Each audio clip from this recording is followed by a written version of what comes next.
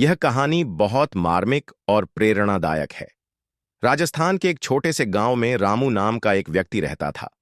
उसका घर गांव के किनारे एक कच्चे मकान में था, जहां उसके साथ उसकी पत्नी सीता और उनका 7 साल का बेटा मोहन रहते थे। रामू का जीवन एक अजीब सी उदासीनता में घिरा हुआ था। वह दिन रात नशे में डूबा रहता, ताश खेलता, गपशप करता और कभी कभार खेतों में यूं ही टहलता रहता। गांव के लोगों के लिए रामू हंसी का पात्र बन चुका था। आलसी, लापरवाह और गैर जिम्मेदार।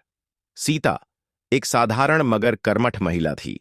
वह हर सुबह तड़के उठकर दूसरों के घरों में काम करने जाती और शाम तक थकी हारी लौटती।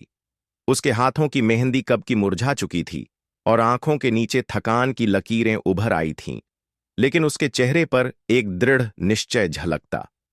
अपने परिवार के लिए, अपने बेटे के बेहतर भविष्य के लिए वह किसी भी कठिनाई का सामना करने के लिए तैयार थी। रामू की लापरवाही और नशे की आदत के कारण घर की आर्थिक स्थिति बदतर होती जा रही थी। जो थोड़ी बहुत आमदनी सीता करती, वह घर के खर्चों और मोहन की पढ़ाई में लग जाती। लेकिन रामू को इन सब चीजों की कोई चिंता न थी। वह अपनी मस्ती में खोया रहता, जैसे उसे अपने परिवार की तकलीफों से कोई वास्ता ही न हो। एक दिन गांव में एक भयानक बीमारी फैल गई। सरकार ने पूरे इलाके में लॉकडाउन लगा दिया। लोग अपने अपने घरों में कैद हो गए। सीता अब दूसरों के घरों में काम करने नहीं जा सकती थी और घर में अनाज का एक भी दाना नहीं बचा था। कुछ दिनों तक तो जैसे तैसे घर में पड़ा बचा खुचा राशन चलता रहा, लेकिन धीरे धीरे स्थिति भयावह होने लगी।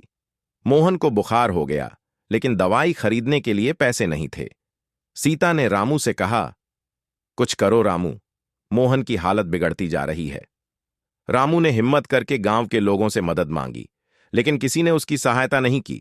लोग कहने लगे, जब ताश के पत्तों और शराब के दौर चलते थे, तब तो तुम्हें अपनी जिम्मेदारियों का ख्याल नहीं आया। अब जब मुसीबत आई है तो तुम्हें होश आया है। रामू का सिर शर्म से झुक गया। उसे पहली बार अपनी नाकामी और लापरवाही का एहसास हुआ, लेकिन तब तक बहुत देर हो चुकी थी। सीता के पास और कोई रास्ता न था। उसने अपनी शादी के गहने निकालकर बेच दिए और कुछ पैसे जुटाए। दवा और डॉक्टर के लिए पैसे तो मिल गए, लेकिन नियति को शायद कुछ और ही मंजूर था।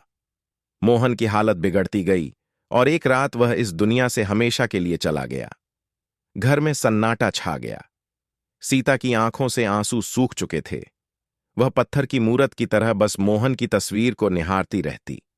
रामू टूटा हुआ महसूस कर रहा था, जैसे उसकी आत्मा पर एक भारी बोझ आ गया हो। मोहन की मृत्यु के बाद रामू की आंखें खुल गईं। उसे एहसास हुआ कि उसकी लापरवाही और गैर जिम्मेदाराना व्यवहार ने उसके परिवार को किस कदर तबाह कर दिया है। वह हर रात अपनी गलतियों के बारे में सोचता और रोता। एक दिन उसने फैसला किया, अब और नहीं। रामू ने नशे को हमेशा के लिए छोड़ने की ठान ली। उसने अपने पुराने दोस्तों और शराब के अड्डों से नाता तोड़ लिया। गांव के बड़े बुजुर्गों के पास गया और उनसे खेती बाड़ी के गुर सीखे। हर सुबह वह खेतों में मेहनत करता, मिट्टी से दोस्ती करता और पसीना बहाता। धीरे धीरे उसकी मेहनत रंग लाने लगी। खेतों में फसल लहलहाने लगी और घर में अनाज की कोई कमी न रही। सीता भी धीरे धीरे अपनी पुरानी मुस्कान में लौट आई।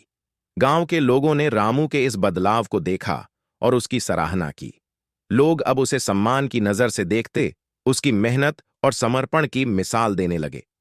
एक दिन गांव के सरपंच ने रामू से कहा, रामू, तुमने यह साबित कर दिया कि इंसान अपनी गलतियों से सीखकर अपने जीवन को नई दिशा दे सकता है।